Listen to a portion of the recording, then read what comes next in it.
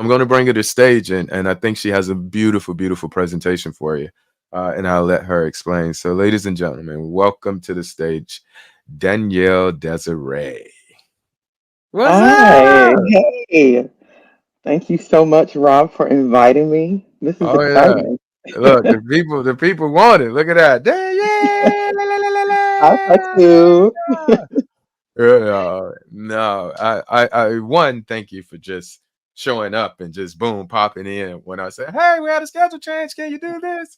So thank you for the support there. But yeah, man, thank you for being that one that showed me I could do this in the coaching field. I appreciate you so much. And I'll just let you talk. And it's your show. I'll be back in a minute. All right. Okay, so thank you, everyone. Janet, I just wanted to say that what you talked about was beautiful. I loved it. I got so much out of that, so thank you. Um, I listened a little bit to what Rob was talking about and reflecting a little bit about my journey with him as my coach. And it just seemed like it was yesterday. So this was back in like April of 2022. And um, it's funny because I had registered on his website. I'd seen his website and registered to get his notifications. I thought, well, he has his own business. I'm a veteran. He's a veteran. I want to support. And it never really dawned on me that I would be working with him. There was this moment where one of his notifications was an email, and it was talking about his biggest fear and his biggest fear when he went skydiving for the first time. And he explained it in great detail. And at the end of it, he said, "Okay, it's your turn." And I hesitated for a minute, and I thought, well, why not? So I replied to the email, and I talked about what my greatest fear was, which was when I had been previously sexually assaulted when I was younger, and when I was in a relationship where there was physical abuse. And it's funny because so many years had passed since that, and I thought I was fine. Life goes on. I've accomplished things. I've had children. Um, I'm in the military now. I'm doing well. So I thought everything was fine. But there would be these moments where I would see something on TV or, see something in a movie, or it would be a scene and I'd get triggered, or I'd read something in the magazine and it's an article and I would get triggered and it would kind of send me down this dark, depressive spiral. And I didn't want to deal with it. So I just kept pressing it down further and further down. And little did I know that in those moments of being triggered, that's when all those things I kept pressing down would come to surface because I wasn't dealing with them. I didn't want to feel them. So I just figured, oh, if I ignore it, press it down, I can just keep doing what I need to do throughout life and I'd be fine. But it really wasn't working for me and it was coming to a head. So when I had replied to his email, the main thing I remembered he said to me was, well, that's a lot. Would you like some help with that? And in my head, I thought, how is he gonna help me? I knew he struggled with PTSD, but in my mind, I thought, well, that's for military service, though. That's something totally different. Deploying and being in the Middle East versus being diagnosed with PTSD from sexual assault and the things that I had went through. And I didn't think that he would be able to understand what I was going through. So little did I know, we went through a lot of the same things. I just didn't know it at the time.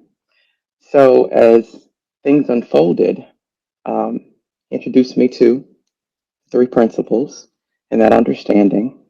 And it was pretty much a roller coaster ride for me. I went through this period where, like he talked about when he was talking, where there was this moment where things just switched for him. And for me, there was this moment where everything just kind of fell away. You know, I really knew I wanted to deal with a lot of the fear that I had. I had a lot of fear throughout my life I was carrying. Um, Fear of success, fear of failure, fear of something bad like that happening again, fear of making the wrong decisions. Um, just always fear in the back of my mind. And I knew that I wanted to do something about it. And I remember the biggest thing I had said to him after watching a TED Talk that he sent me on Michael Neal. Um, why, I think it was, why are we not all awesomer? But I remember thinking, I just don't want to die without being the greatest version of myself. And I didn't know what that would look like. I just knew that that wasn't how I was living. And so throughout this process of being exposed to this understanding, um, in the beginning, it was just wonderful. I would go on walks and I connected to nature in such a way that I had never connected to nature before because as a child, I really wasn't an outdoors person. I was always in the books person.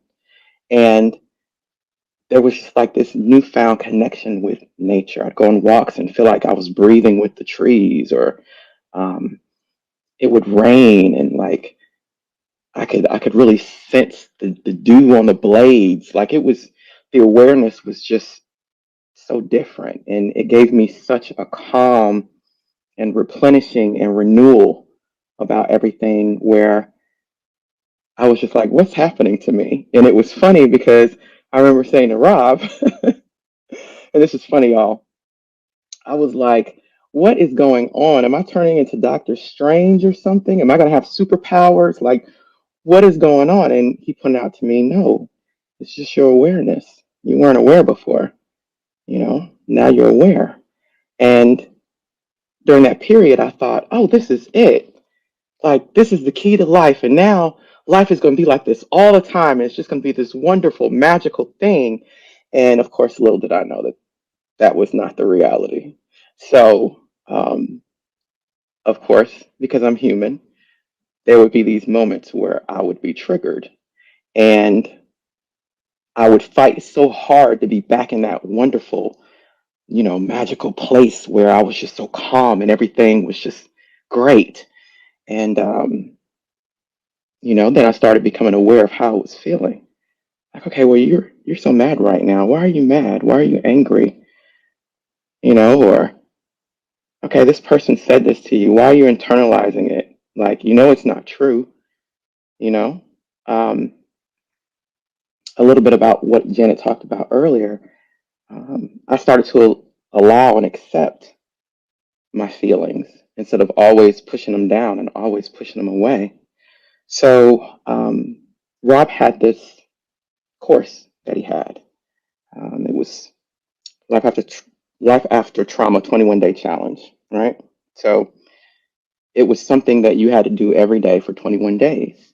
And it incorporated a lot about what he talked about physically, spiritually, um, emotionally, everything. And one of the exercises one day was writing a letter to my younger self.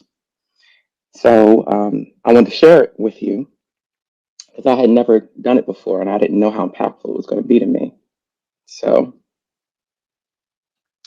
it starts off, beloved, I know you are just starting to navigate the world in your life, and I want to share some things to help you along the way. It will not be an easy road for you, but do not take it personally because it's not meant to be. There will be many moments of ridicule, bullying, and people trying to make you feel like you aren't enough. There will be people who betray you, assault you, abuse you, and manipulate you for their own purposes. But I need you to know it's all in preparation for the divine warrior that you are. You are directly made from the light of the world. You are the most beautiful expression of life. God made you to stand and stand you well. You are his most precious creation, so you have to take care of yourself, even with that big heart of yours. It must be done. As he did with Jesus, there will be many that come to you to be healed, and through your love, you will. You won't always know which way to go, but if you ask God, he will always show you. But you have to be still and quiet enough to hear him. I need you to spread those wings and fly, love. Don't look down and don't look back. Remember to always follow your heart and dreams. Age doesn't matter. God has handpicked special people to walk alongside you through your journey. I need you to recognize them through how you feel, because that's how you will know. And as you go through life stumbling along the way, I want you to remember this quote by Mother Teresa and carry within you as you go through life. People are often unreasonable, illogical, and self centered. Forgive them anyway. If you are kind, people may accuse you of selfish, ulterior motives. Be kind anyway. If you are successful, you will win some false friends and true enemies. Succeed anyway. If you are honest and frank, people will try to cheat you. Be honest anyway. What you spend years building, someone could destroy overnight. Build anyway. If you find serenity and happiness, they may be jealous of you, but be happy anyway. The good you do today will often be forgotten by tomorrow. Do good anyway. Give the world the best that you have, and it may never be enough. Give your best anyway. You see, in the final analysis, it is between you and God. It was never between you and them anyway. And when I wrote that, there was such a relief in what I had been through previously in my life, where, I mean, there's no question that I didn't like it. It was horrible. A lot of bad things came from it for a while. But like Janet was talking about earlier, everything led me to this point in realizing that I'm not my trauma. I did overcome it. You know, I overcame it a long time ago. I don't have to keep replaying it in my mind. I don't have to keep being attached to it. Can I use it to share, to help others? Yeah, of course. But like Rob was saying, I kept carrying it, everywhere I went and didn't even know it until I was able to release it. So throughout this process, um, I've been able to be in a different place. And even though I'm not going to sit here and pretend with you guys that when I think about what happened to me, um, yeah, there's times where I get upset. There is. That didn't magically go away. Yeah, there's times where I feel like it was unfair. Or yeah, there's times I wonder what my life would have been like if that didn't happen and certain things didn't occur after it. But I realized, why am I replaying that? Why am I wondering, well, if this didn't happen, then maybe this would have happened, or maybe I could have accomplished this, or maybe no. Instead of looking at it like, I'm a thriver, I'm a survivor, I'm pretty damn proud of myself and where I am today and what that means. And I don't have all the answers, um, and I don't try to. And I've spoken to people that have been through something similar to what I've been through. And, they ask me questions about my experience. And well, how can you be so calm about it? How can you, accept it and be okay with it? And I would say to that for me not to be would be hindering my life, hindering the things that God put in me to give to the world, or for me to be living in my greatness and my gifts that He's given me to flourish and to be able to help others. I remember looking back, there was a time in the beginning when I first started working with Rob, and I heard him talking on a podcast. I think it was Thomas. I forgot Thomas's last name, but it's called One Word. And he was on there talking about his experience in the military when he was overseas in the desert and what that was like and what he went through. And I was just in amazement because I was like, how can he talk about this and everything like it's just no big deal? Yes, Thomas Leamy, thank you. But talk about it like it's no big deal. Like he's just talking about what he ate for breakfast, and I was just like, how can he do that without getting so angry or getting so sad or you know? And I remember thinking, I don't know how he's doing that, but I hope I can do that one day. And I remember telling him that I hope I can do that one day. And I realized later on, it's not that he doesn't have any feelings about it. He's just not carrying it around like that anymore. And he's had to teach me how to release that ruck, as he says. So I wrote something about where I am right now, presently, today. I'm going to share that with you too, based upon my work with Rob, as well as where I am in understanding in the three principles. And I wrote it recently, just a few days ago, for Medium. So it's called My Journey of Life After Trauma. So in this moment of reflection, my mind wanders back to the many trials and tribulations that once held me captive. The resounding trauma that was my constant companion seems quieter now, replaced by the peaceful hum of healing, a testament to the profound insight of Sydney Banks's three principles. His teachings have woven into my journey, illuminating the truth of my existence. The first of these principles, mind, confirmed my understanding that I was not a broken vessel, shattered into 1,000 pieces, but a human being with an innate capacity for resilience and rejuvenation. I was lost in the labyrinth of pain, shame, and guilt, and every direction seemed to lead me deeper into the abyss of despair. Yet, the principle of mind reminded me that my life experience is created from within, and that trauma was like a dark cloud of thought forms, blocking out the sunshine of hope and happiness. Then the second principle, consciousness, allowed me to discover something that changed my life forever: the transformative power of healing. The realization that I could allow myself to heal was like a beacon of light guiding me out of the darkness.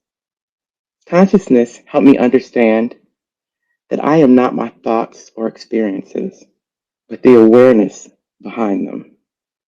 Through this heightened consciousness, I learned healing is about recovering from trauma and reclaiming our lives, identities, and potential. The third principle, thought, was integral to my healing process. As I confronted my past, I realized my thoughts shaped my existence. Understanding and accepting what happened to me was the first step towards healing. I realized that I couldn't change my past, but with the power of thought, I could decide how it would affect my future. For the longest time, I let my trauma define me, thinking of it as a heavy cloak, a constant reminder of my pain. But when I recognized that I was more than my thoughts, more than my trauma, that realization was incredibly empowering. These principles guided me as I expressed my feelings, let go of guilt and shame, and learned the importance of self care and asked for help. They were there as I mourned my life before the trauma, dropped my heavy load of guilt, and started taking better care of myself and sought support from others. They were the foundational understanding that allowed me to see that I am not my trauma, guilt, or shame, but actually the thinker behind the experiences. I'm not fully healed, and I may never be. But with the understanding of these three principles, I know that healing from trauma is not a destination, but a journey. There's still days when the echo of my trauma grows louder, and I feel like I'm back in that dark place. But those days are less frequent, and I now know how to navigate them. I have learned that it's okay to not be okay sometimes. Healing's not linear. There are ups, downs, and even curves. But every step forward, no matter how small, is a victory. And for within each step lies the essence of divine wholeness. In wisdom, Sydney Banks reminds us divine wholeness is not something we need to acquire, it is something we need to uncover. Through my journey, these principles have guided me to rediscover the inherent completeness within me. Gratitude fills my heart as I recognize that divine wholeness is my birthright, a sacred inheritance that transcends the limitations of my past experiences. No longer defined by my trauma, I stand tall in the embrace of my resilience, a testament to the transformative power of the three principles. In this knowing, I transcend the label of survivor, embracing the radiance of a magnificent thriver, and shining forth the light of divine wholeness in every step that I take. So, I wanted to share that with you guys just to show you where I was before and where I am now presently. And I'm excited to see what life has for me moving forward. Wow.